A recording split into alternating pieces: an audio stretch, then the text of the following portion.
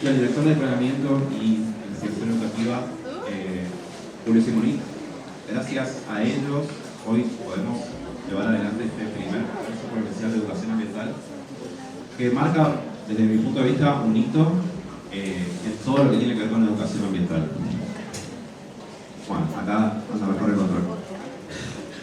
Bien, bueno, voy a contarles un poco qué es lo que se viene haciendo en la provincia de Corrientes en materia de educación ambiental y cómo fue implementándose paso a paso cada una de las instancias que se fueron cumpliendo para cumplir con la Ley de Educación Ambiental, la Ley 6.514, que se dictaminó en el año 2019.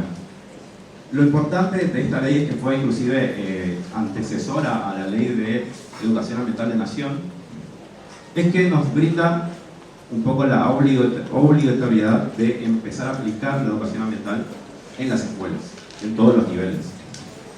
Es una ley que además no solo implica el ámbito formal de la educación, sino también el ámbito no formal. Es por eso que la ley designa como autoridades de aplicación, por un lado, al Ministerio de Educación y por otro lado, al Instituto Correntino del Agua y el Ambiente.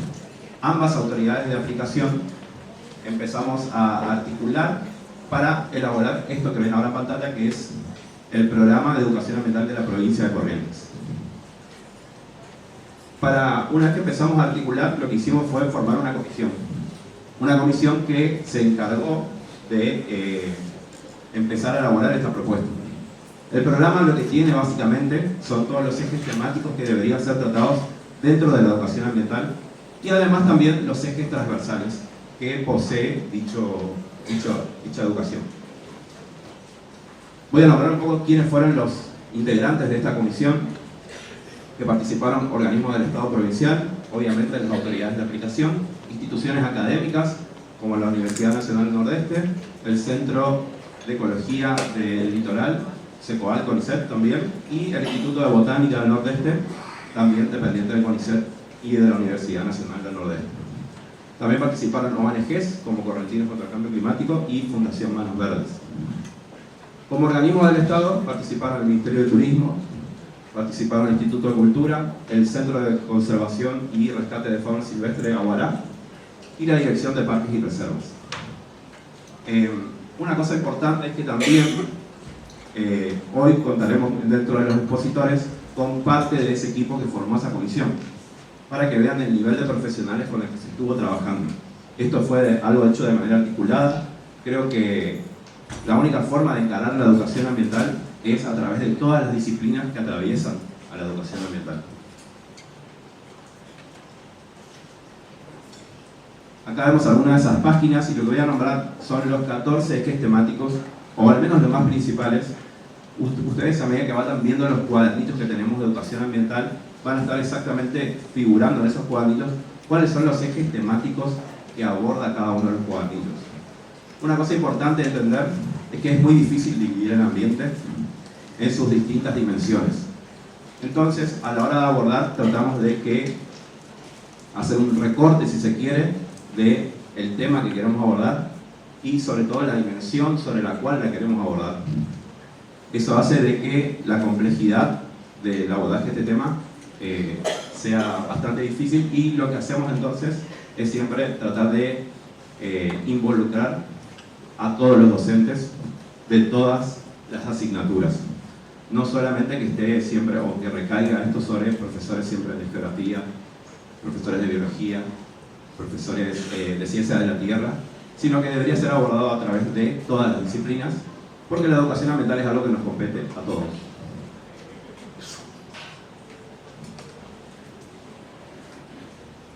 Dentro de esos 14 primeros ejes temáticos que vimos, también tenemos unos 6 ejes transversales. Estos ejes transversales son por ahí un poco más genéricos, que es reconocer e interpretar la complejidad del ambiente. Eso de por sí, ese eje de por sí es bastante difícil, porque es algo que va cambiando todo el tiempo.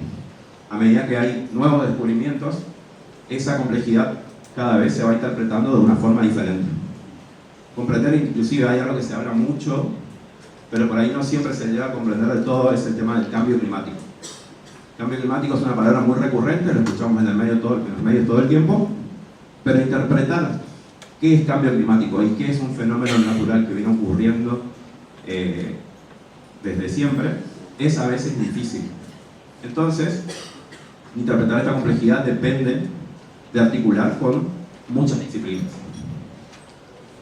Después, el otro tema que también es transversal y que se vincula con lo que estamos presentando hoy, que es áreas protegidas, es desarrollar la actitud, cultura y conciencia y compromiso ambiental.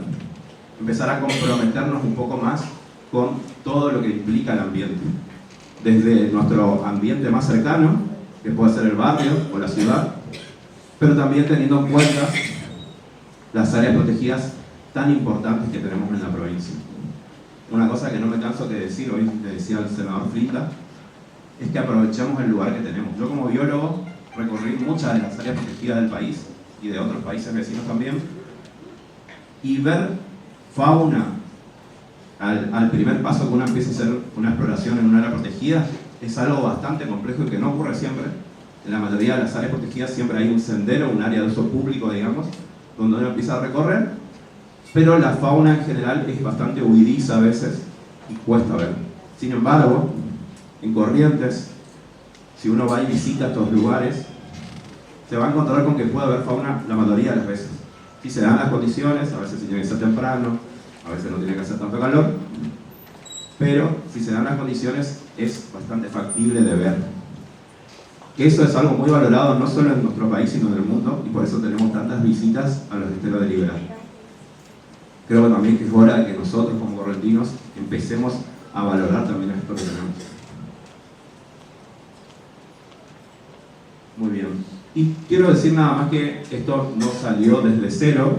La educación ambiental es algo que se viene trabajando ya en las escuelas hace un tiempo. No vamos a decir que nosotros somos fundacionales a partir de la creación de esta ley, sino que es algo que ya se viene realizando.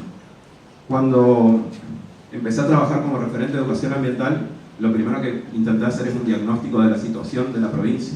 Para eso enviamos una encuesta donde empezamos a tener los resultados sobre qué temáticas estaban tratando y qué niveles estaban trabajando ya en educación ambiental. Para de esa manera ir viendo cuáles son las áreas prioritarias de trabajo. A partir de eso, hoy sabemos, en una encuesta, que tuvimos unas 398 respuestas, o sea que hay 398 proyectos de educación ambiental que se venían realizando, al menos que respondieron a la encuesta, ¿no? Significa que sean todos. Y lo que nos dice es que el nivel donde más se trabaja educación ambiental es en el primario, que es lo que aparece en rojo, seguido luego por el nivel secundario y luego por nivel inicial. Y las temáticas que más se vienen tratando en educación ambiental en las escuelas, ahí están un poco discriminadas, pero lo que les puedo anticipar es que tiene que ver mucho con todo lo que tiene que ver con las 3R y el manejo de los residuos. Esa es una temática que está muy bien tratada ya hace años en la escuela. De hecho, cuando yo era alumno me acuerdo que trabajábamos con ese tipo de temáticas en la escuela. Entonces lo que dijimos es, bueno, si se viene trabajando mucho eso, empecemos a ver qué otros temas son necesarios. A partir de ahí, lo primero que surgió, que si bien tiene que ver con algo coyuntural, fue el tema de los incendios. Es por eso que la primera serie de documentos que largamos a fines de 2022 y principios de 2023 tenía que ver con esa temática, con la prevención de incendios en ámbitos rurales. Era una problemática que nos estaba atravesando, si bien después de eso, al año más o menos, tuvimos un fenómeno del Niño, empezó a llover de vuelta, no con tanta intensidad como en los países vecinos, pero sí empezó esa lluvia. Sin embargo, es un tema que no debe ser abandonado. Además, aprovecho para recordarles que estos cuadernitos están disponibles y que estamos entrando de vuelta en un ciclo de la Niña, que implica sequías. Así que probablemente sea algo que esperemos no se vuelva a repetir, pero que deberíamos seguir tratándolos en las escuelas. Estos cuadernitos salieron para nivel primario y secundario y también para la modalidad rural.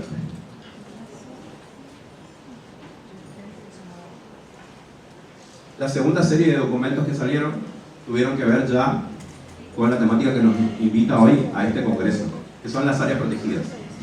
Sobre las áreas protegidas empezamos a trabajar desde los niveles secundario y primario, enfocándonos mucho en el conocimiento que deberían tener los docentes sobre nuestras áreas protegidas. Por ahí lo más conocido, sí, obviamente, es el Liberal, por su dimensión, su tamaño y su importancia, Pero existen muchas otras áreas protegidas que están cercanas a otras localidades, inclusive a nuestra ciudad. Y es por eso lo que intentamos reflejar la importancia de esas áreas protegidas y la importancia de que los docentes y estudiantes las conozcan, intenten ir a visitarlas. A partir de eso se elaboraron estos dos cuadernillos y un tercero, que es el que estamos presentando hoy, que es el de los monumentos naturales. Este cuadernillo que presentamos hoy, lo que encara es una problemática que veníamos detectando muchos en el nivel inicial. Los niños en el nivel inicial tienen mucha influencia por los medios de comunicación y por todos los dispositivos que observan, de tener acceso al conocimiento de lo que es fauna que podríamos llamar nosotros exótica, o fauna que no es de nuestra provincia, de nuestro país. Conocen mucho de esos tipos de animales, pero ¿qué tanto conocen de nuestros animales y de la importancia de nuestra fauna? Es por eso que encaramos este cuadernillo, para que tengan conocimiento de eso y valorar los monumentos naturales que tenemos en nuestra provincia. Hay algunas especies incluso que tienen una distribución muy restringida a la zona de Corrientes y bueno, por ahí países vecinos, Paraguay, sur de Brasil, puede ser en Entre Ríos un poco, pero que existen solo en estos lugares. Entonces, esa es la importancia de los monumentos y el efecto que cumplen estas especies en particular. Al ser especies emblemáticas, tienen una especie de halo o de paraguas protector sobre otras especies que por ahí no son tan conocidas, pero siempre si nos ponemos a pensar, si queremos preservar una especie como el yaguareté, por ejemplo, o el aguaraguazú, tenemos que preservar sí o sí los ecosistemas donde viven. Si esos ecosistemas no son preservados, es muy difícil que esas especies puedan ser preservadas. Entonces, de alguna manera, estos faros hacen que podamos también preservar todos esos ecosistemas donde viven cada una de estas especies.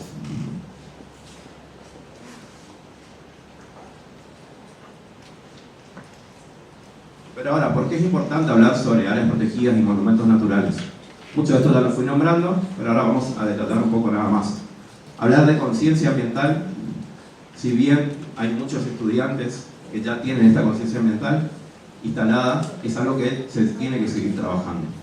Se tiene que seguir trabajando porque los cambios a los que van a tener que enfrentarse esas generaciones quizás sean muy grandes.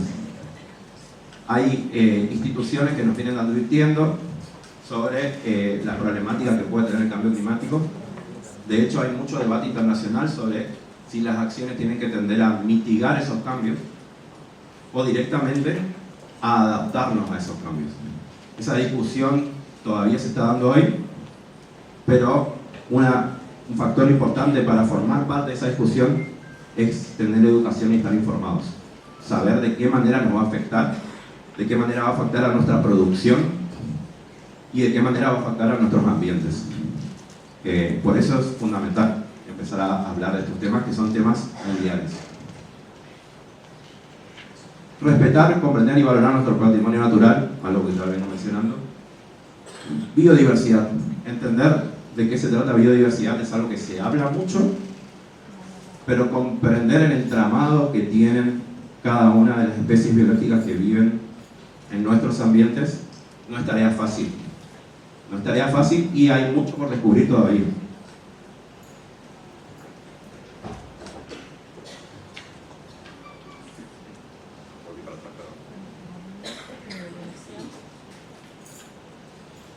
Bueno, y ahora hablando un poco del futuro, el futuro cuadernito en el que venimos trabajando, que creo que es uno de los desafíos más grandes que venimos atravesando porque es sobre esta temática, el agua en movimiento. Tiene que ver con muchos factores que afectan a nuestra provincia. Nuestra provincia, que de por sí se llama Corrientes, justamente por el tema del agua, nos atraviesa no solo ambientalmente, sino también culturalmente.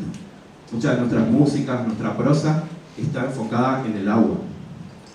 Mucho de nuestra cultura está enfocada en el agua. Entonces, lo que empezamos a pensar en este cuadernillo es entender cómo el agua nos atraviesa y cómo nos atravesó históricamente. En ese mapa que pueden ver que también están en los cuadernillos de las áreas protegidas, podemos ver cómo fue cambiando la dinámica del río Paraná a través de la provincia, que de hecho sirvió para luego conformar los esteros de Libera y todas las redes de lagunas o cuerpos de agua que atraviesan nuestra provincia, que son más de 38.000. Esta temática, no solo cada vez a medida que la fuimos abordando, nos dimos cuenta que cada vez era más compleja, porque hay que hablar desde su contaminación, desde el ciclo que tiene, hay que hablar cómo afecta a la producción, cómo son el ciclo del niño y la niña, cómo eso afectó históricamente a nuestra provincia y nos va a seguir afectando. Empezar a comprender todos esos fenómenos también es una política de Estado. ¿Por qué? Porque que nosotros empezamos a saber cómo nos van a afectar esos ciclos va a hacer que podamos estar preparados. Preparados desde el sector productivo, preparados desde el sector ambiental y preparados desde el Estado también para poder hacer frente a todas estas problemáticas. Así que bueno, espero no robarles más tiempo. Tenemos una serie de charlas muy importantes. Estoy muy orgulloso de los disertantes que tenemos hoy. Así que les deseo a todos una muy buena jornada.